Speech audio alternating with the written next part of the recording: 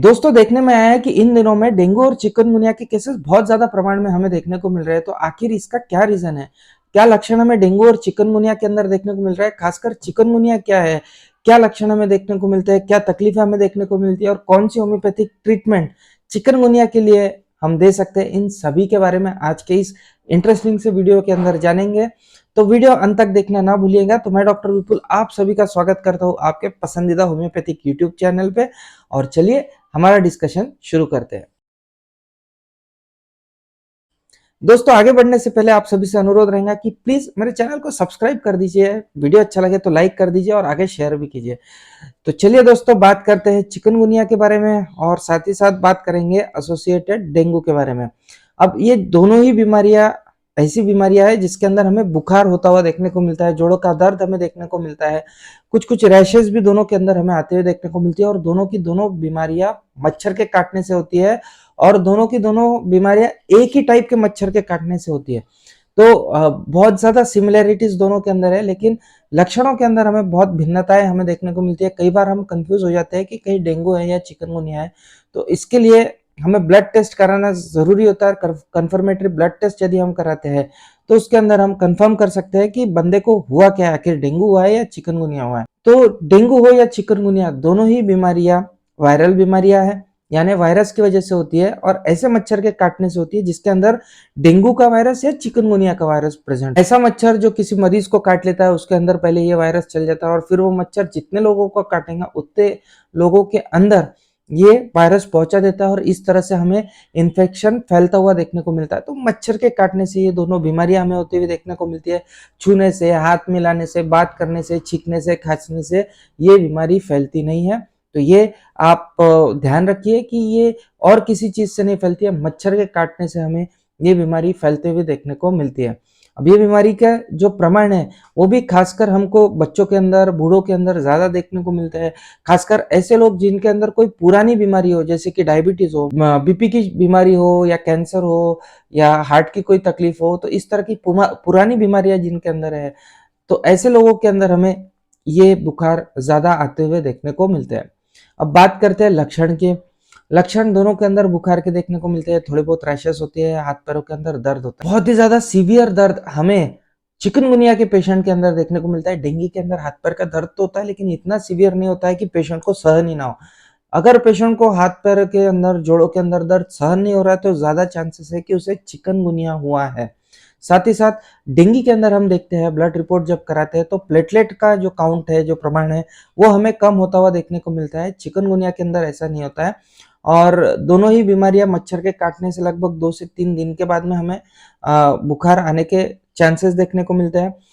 Dengue के case में यदि हम बात करते हैं तो 3 दिन से 14 दिन के बीच में मच्छर के काटने के हमें बुखार आता हुआ देखने को मिलता है। चिकनगुनिया के केस के अंदर मच्छर के काटने के 2 दिन से लेकर 12 दिन के अंदर हमें बुखार आता हुआ देखने को मिलता है। तो ऐसा नहीं है कि मच्छर ने अभी काटा है तो 2 घंटे बाद ही बुखार आ जाएगा, ऐसा नहीं होता है। तो ये चीजें हमें दोनों ही बीमारियों के अंदर देखने को मिलते हैं। हाथ पैरों के अंदर दर्द बहुत ज्यादा हमें चिकनगुनिया के अंदर देखने को मिलता है। डेंगू के अंदर हाथ पैर का दर्द रहेगा लेकिन इतना ज्यादा सीवियर हमें देखने को नहीं मिलता है। डेंगू के अंदर जो है उसके अंदर ब्लीडिंग हमें अक्सर होता हुआ देखने को मिलता है। प्लेटलेट का काउंट बहुत कम हो जाता है। ब्लड रिपोर्ट जब देखते हैं तो प्लेटलेट धीरे धीरे कम होता हुआ देखने को मिलता है और यदि एक स्टेज ऐसी आती है कि एक लेवल के नीचे यदि प्लेटलेट कम हो जाते हैं तो ब्लीडिंग चालू हो जाती है, मसोड़ों से खून जाना चालू हो जाता है, इंटेस्टाइन से, आंतों से खून जाना शुरू हो जाता है। तो इस तरह के लक्षण हमें डेंगू के अंदर देखने को मिलते हैं। तो इतने खतरनाक लक्षण हमें चिकनगुनिया के अंदर देखने को नहीं मिलते हैं। सपोर्टिव ट्रीटमेंट के बाद में 7-8 दिन के अंदर ये बीमारियां अपने आप ठीक हो जाती है, लेकिन दोनों ही बीमारियों के अंदर हमें कुछ ना कुछ तकलीफें भी देखने को मिलती है, कॉम्प्लिकेशन भी देखने को मिलती है। जहाँ पे डेंगू के अंदर हमें प्लेटलेट बहुत ज्यादा कम होने से बहुत ज्यादा ब्लीडिंग होता हुआ देखने को मिलता है और इतना सीवियर होते हैं ये तकलीफ कि कई बार रोगी की जान तक चली जाती है। वही चिकनगुनिया के अंदर हाथ पैरों के अंदर और जोड़ों के अंदर जो दर्द है वो लगभग 40% पेशेंट ऐसे होते हैं जिनका बुखार ठीक होने के बाद में भी ये परसिस्टेंट रहते हैं और बहुत ज्यादा दर्द हमें जोड़ों के अंदर होता हुआ देखने को मिलता है। इतना ज्यादा खतरनाक दर्द होता है कि पेशेंट रोजमर्रा के खुद के काम नहीं कर सकता। उसके बैक, बहुत ज्यादा कमर दर्द हमें पेशेंट के अंदर देखने को मिलता है, बहुत ही तेज कमर दर्द हमें देखने को मिलता है और इसीलिए चिकनगुनिया को हम ब्रेक बैक फीवर भी कहते हैं क्योंकि ऐसा लगता है पेशेंट को कि उसकी कमर ही टूट गई है। तो ब्रेक बैक फीवर नाम है चिकनगुनिया का। तो इतना ज़्यादा दर्द हमें देखने को मिलता है और इतना हैम्पर हो जाता है उसका रोजमर्रा का काम कि वो ठीक तरह से ना चल पाता है ना बैठ पाता है और इसी वजह से खुद को बहुत ज्यादा हैंडीकैप महसूस करता है चिकनगुनिया का पेशेंट। तो बहुत ही ज्यादा तकलीफ पेशेंट के अंदर हमें चिकनगुनिया के देखने को मिलती है। डेंगू के अंदर यदि पेशेंट एक बार रिकवर हो जाता है, बुखार चले जाता है, तो पेशेंट ठीक हो गया ऐसा हम समझ लेते हैं। उसके अंदर कोई खास लक्षण भी हमें बाद में देखने को नहीं मिलता है। लेकिन चिकनगुनिया की ये जो आर्थराइटिक पेन वाले लक्षण है, ये हमें बहुत दिनों तक, कई सालों तक कुछ लोगों के अंदर हमें को इसके लक्षण परसिस्टेंट देखने को मिलते हैं। अब डायग्नोसिस कैसे करेंगे, कौन सी है, डेंगू है चिकनगुनिया है, तो ब्लड टेस्ट हम कराते हैं। तो डेंगू प्रोफाइल हम कर सकते हैं या फिर चिकनगुनिया प्रोफाइल हम कर सकते हैं। दोनों ही के अंदर हम स्पेसिफिक एंटीजन देखते हैं जिससे हम डायग्नोस कर सकते हैं कि पेशेंट को आखिर डेंगू हुआ है या चिकनगुनिया हुआ है। इसके बाद में ट्रीटमेंट की यदि बात करें तो लक्षणों के आधार पे हम दोनों ही बीमारियों की ट्रीटमेंट करते हैं। जो जो लक्षण है उस टाइप की दवा रोगियों को हम अक्सर देते हैं। लेकिन यहाँ पे मैं सभी को अनुरोध करना चाहूंगा कि मन से दवाइयाँ मेडिकल पे जाके जो लोग लेते हैं वो बिल्कुल हमें नहीं करना चाहिए। इवन जो बहुत ज्यादा हेवी पेन किलर है, चिकनगुनिया के अंदर जोड़ों का दर्द इतना होता है कि पेशेंट बहुत परेशान हो जाता है, हेवी से हेवी पेन किलर खाने की कोशिश करता है। तो ये भी हमें अवॉइड करना चाहिए। बहुत ज्यादा हेवी दवाइयाँ आपको नहीं खाना है, इसके विपरीत परिणाम आपको शरीर के अंदर देखने को मिल सकते हैं। तो ये चीजें बिल्कुल मत कीजिए। आपको करना क्या है, तो आराम बहुत जरूरी है। आराम दोनों ही टाइप के फीवर के अंदर आपको आराम लेना बहुत जरूरी है। बहुत ज्यादा एक्सर्ट ना करे बॉडी को। अच्छा हेल्दी घर का पौष्टिक खाना खाइए और पानी की तरफ ध्यान दीजिए। पानी अच्छे से पीजिए, भरपूर पीजिए। हाइड्रेशन का ख्याल रखिए। नारियल पानी में आप पी सकते हैं, आप जूसेस पी सकते हैं। हाइड्रेशन का ध्यान रखना दोनों ही बीमारियों के अंदर काफी आवश्यक होता है।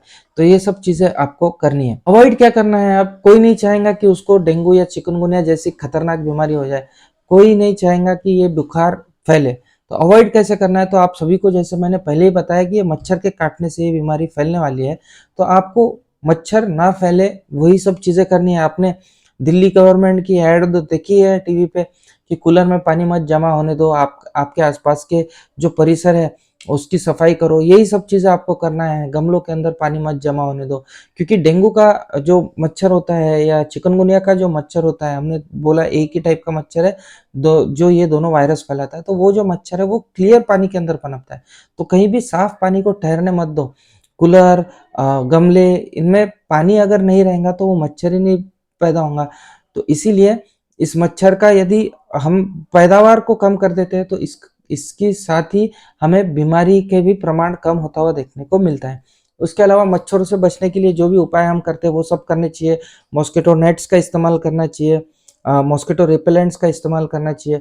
आप कपड़े पहनते हैं तो फुल बाई के पहनिए और शरीर को जितना हो सके उतना ढक के रखिए यदि आपके आसपास में डेंगू चिकनगुनिया जैसे वायरल फीवर का ज्यादा प्रकोप यदि देखने को मिल रहा है। तो ये सभी चीजें हम कर सकते हैं।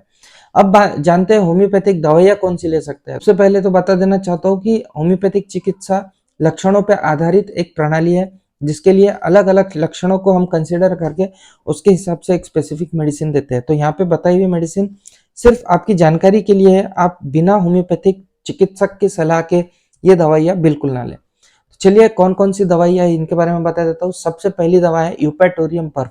बहुत ही अच्छी दवा है। चाहे डेंगू हो चाहे चिकनगुनिया हो, दोनों टाइप के फीवर को रोकने की क्षमता इस दवा के अंदर है।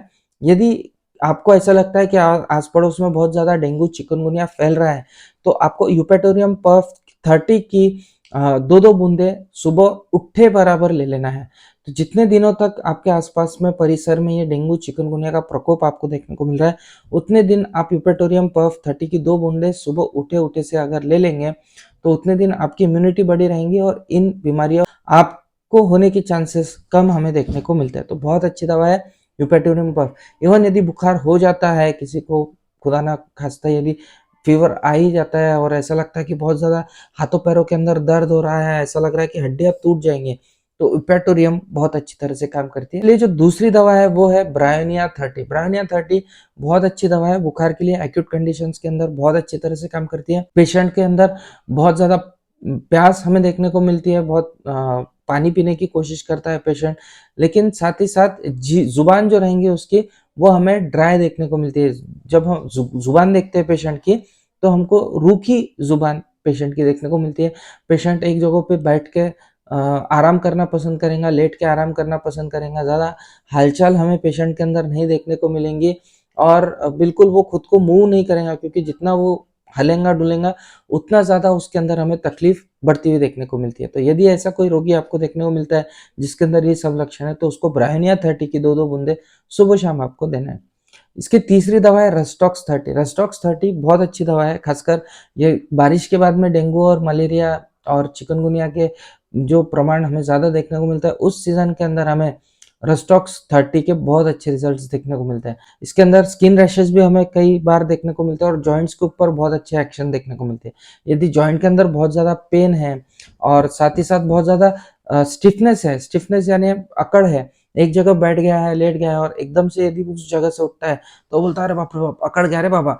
तो इस तरह के यदि कोई एक्सप्रेशन देता है तो टिपिकली ये रेस्टॉक्स का लक्षण हो सकता है। तो ऐसे रोगी को यदि बुखार आ जाता है तो रेस्टॉक्स 30 की 2-2 बूंदे आपको सुबह शाम कंटिन्यूअसली 5-7 दिन तक के पेशेंट को देना है और पेशेंट की ये तकलीफ पूरी तरह से ठीक हो जाएंगे। के लिए चौथी मेडिसिन भी बता देता हूँ, इचिनेशिया क्यू बहुत अच्छी तरह से काम करती है, ब्लड प्यूरिफायर का काम करती है और ऐसा माना जाता है कि यदि इसका प्रकोप बहुत ज़्यादा है, यदि आसपास में डेंगू, मलेरिया और चिकनगुनिया के पेशेंट आपको बहुत ज़्यादा देखने को मिल रहा है, तो इचिनेशिया मदर टिंचर आपको 20-20 बूंद सुबह शाम आधा कप पानी में लेना चाहिए। ऐसा करने से इन सभी बीमारियों के होने के चांसेस आपको कम होते हुए देखने को मिलते हैं। तो ये कुछ होम्योपैथिक दवाइयाँ थी जो मैंने एक कॉमन सिम्टम्स बेस के ऊपर आपको सजेस्ट किया। आप ज़रूर इन दवाइयों का इस्तेमाल करके देखिए। यदि आपको आराम हो जाता है तो इन दवाइयों को कंटिन्यू कीजिए, यदि आराम नहीं होता है तो एक बार चिकित्सक के परामर्श ले लीजिए।